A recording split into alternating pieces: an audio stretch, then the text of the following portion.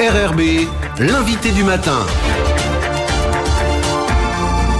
Bonjour Jean-François Bodin. Bonjour Nicolas. On dresse ce matin un état des lieux du secteur du commerce. Votre invité, Frédéric Pratelli, le coprésident du syndicat des commerçants. Oui, Frédéric Pratelli, bonjour. Oui, bonjour Jean-François. Merci d'avoir accepté notre invitation pour, comme disait le Nicolas, dresser un état des lieux du commerce. On sait que les commerces avaient des difficultés structurelles, j'allais dire, en tout cas pour certains d'entre eux, qu'il y a eu ensuite la crise du Covid-19 et la fermeture quasi obligatoire pendant un mois.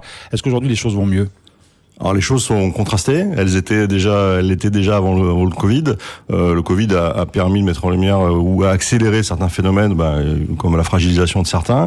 Il a mis en lumière par contre d'autres capacités des commerçants à se renouveler. On a pu tous le constater, la capacité de certains à pouvoir mettre en place du e-commerce, des livraisons ou de la vente emportée. Donc on voit que la réactivité du commerce calédonien était présente, mais en fait on est encore dans le phénomène et on a encore évidemment des choses à régler et encore certains ont encore des difficultés suivant les secteurs. Alors un mot sur le e-commerce qui a été mis en place par certains commerçants. Est-ce qu'ils vont poursuivre dans ces actions-là ou est-ce que c'était vraiment juste une manière finalement de passer la crise ? Alors je pense que c'était le moyen de se mettre en ligne avec ça, enfin c'est le cas de le dire, et de pouvoir accélérer en fait la réflexion en interne, parce que c'est en fait une remise en question des process dans les entreprises, de trouver les ressources pour pouvoir faire tout ça.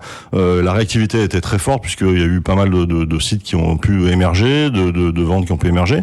Je pense que c'était un point de départ. On voit que la demande a chuté à nouveau puisque du coup les commerces sont à nouveau ouverts, donc la clientèle refréquente les commerces physiques, mais ça reste un complément et c'est de toute façon un moyen de compléter l'offre et puis d'atteindre peut-être des endroits un peu plus reculés en Calédonie avec une offre qui est plutôt complémentaire. Est-ce qu'il y a des zones qui restent particulièrement dans lesquelles les commerces souffrent particulièrement ? On voit par exemple dans le centre-ville de Nouméa pas mal de devantures qui sont fermées aujourd'hui. C'est pas lié forcément que à la crise du Covid-19 ? Non, alors en fait, il y a un phénomène qui est quand même beaucoup plus large, qui était en fait la baisse de fréquentation un peu des centres-villes, puisque c'est un phénomène qu'on constate un peu partout en Europe avec le développement de centres commerciaux en périphérie. Donc ça, c'est un phénomène qui existe. Donc il y a des moyens pour lutter contre ça et il faut une volonté politique et une volonté un peu proactive pour pouvoir enrayer cela.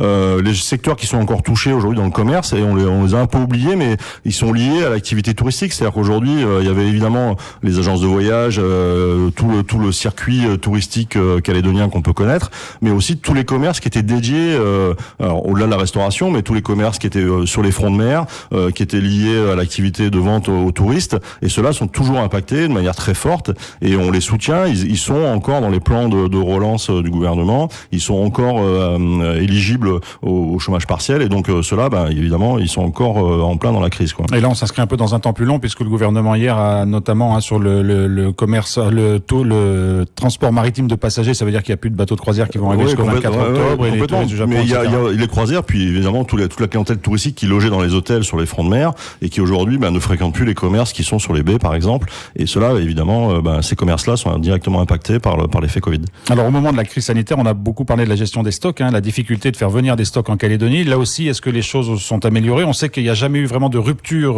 de transport de marchandises.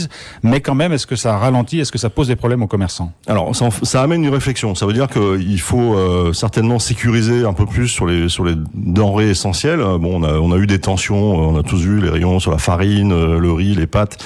Donc ça veut dire que évidemment il y a des pics de consommation à des moments qui sont peut-être un peu irrationnels, mais en même temps qui amènent à des réflexions en disant il faut des stocks de sécurité. Ça amène aussi à repenser peut-être les sources d'approvisionnement et de trouver dans la zone des sources d'approvisionnement qu'on peut sécuriser avec nos partenaires de la zone, Australie, Nouvelle-Zélande, pour sécuriser d'approvisionnement et raccourcir les temps de réaction, puisque quand on achète en Europe, on a 2 mois incompressibles à peu près de temps d'acheminement.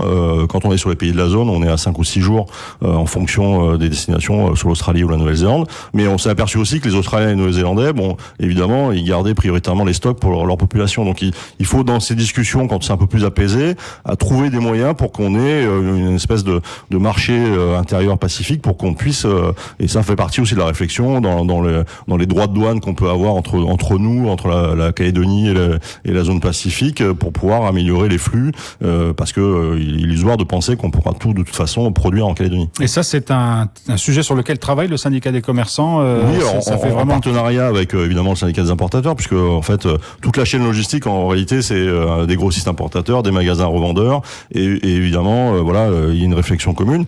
Ça veut dire que de toute façon on a évidemment vu qu'il y avait pas énormément de ruptures, même si à un moment donné c'était plus le temps de rapprovisionner les magasins et de pouvoir réalimenter tout ça. Mais la chaîne logistique a fonctionné, les stocks étaient présents en Calédonie, et après il y a eu des tensions. La farine aujourd'hui, on est encore en rupture sur la farine parce que il y a eu une telle demande même en Europe que aujourd'hui il y a plus de blé, donc il y a plus de farine. Et quand on dit il y a plus de blé, c'est qu'il y a plus Enfin, de blé. il y a plus de blé en stock, et puis on attend bien du blé, la plante, hein, la céréale. Oui, tout à fait. Et on attend les nouvelles récoltes parce qu'on a oublié que c'était une céréale et qu'il y avait des récoltes. Pour en terminer avec cette question de la crise sanitaire, est-ce qu'il y a des secteurs qui ont particulièrement souffert et qui aujourd'hui encore ont du mal à redémarrer ? Parce que la consommation n'a pas repris tout à fait comme avant. Alors la consommation aujourd'hui, elle est différente parce que évidemment on s'aperçoit que la consommation, par exemple sur les secteurs qui sont les secteurs de l'habillement, les secteurs de l'équipement de la personne, et même des secteurs qui étaient un peu sinistrés comme la téléphonie, le multimédia, refonctionnent bien puisque les Calédoniens sont présents et qu'ils consomment en Calédonie. Donc c'est aussi l'occasion de pouvoir reprendre le lien avec les commerces calédoniens et de refréquenter les commerces calédoniens. Donc c'est plutôt une bonne nouvelle, et charge à nous d'accueillir ces nouveaux clients ou ces clients qui nous redécouvrent de la meilleure manière et de leur proposer les meilleurs produits. Donc c'est un élément important pour nous parce que ça amène de la fréquentation. Évidemment, les frontières vont se réouvrir à un moment donné, les liaisons par avion vont recommencer, les opérateurs de Internet vont recommencer à livrer en Calédonie. Donc on est de toute façon amené à évoluer et à faire adapter nos entreprises. Frédéric Pratelli, il y a 15 jours, 3 semaines maintenant, le gouvernement a validé les dates des opérations commerciales, soldes, Bravo l'été, Black Friday, sur proposition du syndicat des commerçants. C'est vraiment pour vous des périodes charnières et très importantes? Oui, alors on a évidemment souhaité, comme à chaque fois, reproposer des dates. On a à chaque fois un bilan des opérations passées parce qu'on avait changé l'année dernière les dates de soldes puisqu'on les avait mis pour les soldes d'été après la rentrée des classes et pour les soldes de saison fraîche après, à partir du mois d'août et de septembre. Donc ces dates-là, elles sont encore en partie d'observation. Le bilan était plutôt bon. On a fait un bilan à la CCI il y a environ 3-4 mois. Le bilan était plutôt bon, donc on a souhaité continuer à avoir ces dates-là. C'est ce qu'on a reproposé au gouvernement. Le Black Friday, évidemment, sera encore présent sur 3 jours. On a eu un nouvel événement ce week-end sur la place des Cocotiers qu'on a voulu tester. Et c'était la Grande Braderie. Alors l'idée, c'était les soldes plus, parce que c'était vraiment les fin de série, et avec des prix cassés et des petits prix, et on voit qu'il y a eu une fréquentation très importante. Donc c'est aussi un moyen de renouer du lien avec les clients et de leur faire profiter de bonnes affaires. On aura évidemment Bravo l'été, qui est l'opération historique du syndicat, qui aura lieu au mois d'octobre.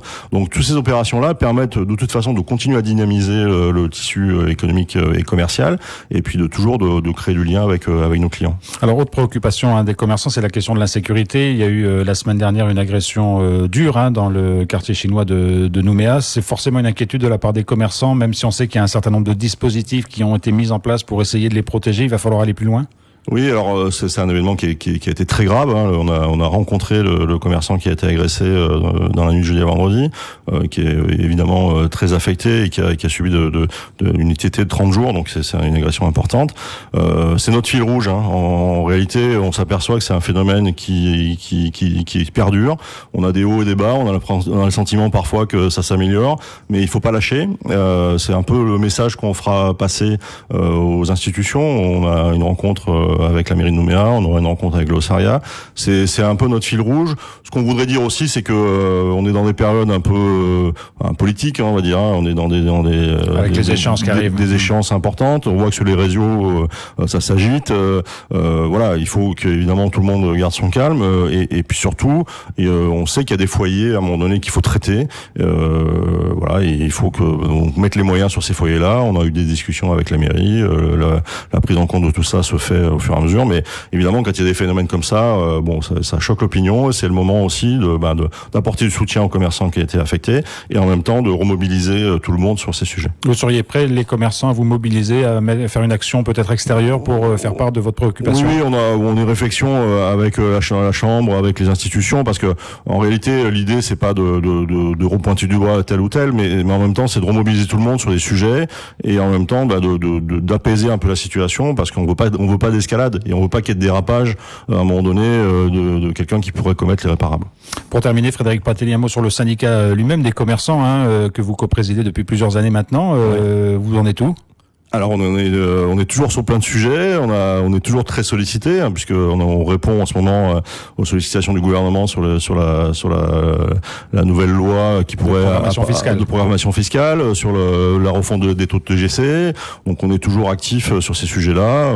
On intervient également auprès de l'autorité de la concurrence. On travaille avec les zones franches, sur les zones franches avec la province sud. Et puis on est évidemment sur Choose NC avec le gouvernement. Donc évidemment on a toujours beaucoup de travail. L'organisation se renouvelle. On a aussi des jeunes chefs d'entreprise qui prennent la main et c'est important de préparer l'avenir. C'est toujours ça qui fait que les organisations perdurent. Frédéric Pratelli, merci beaucoup. Merci.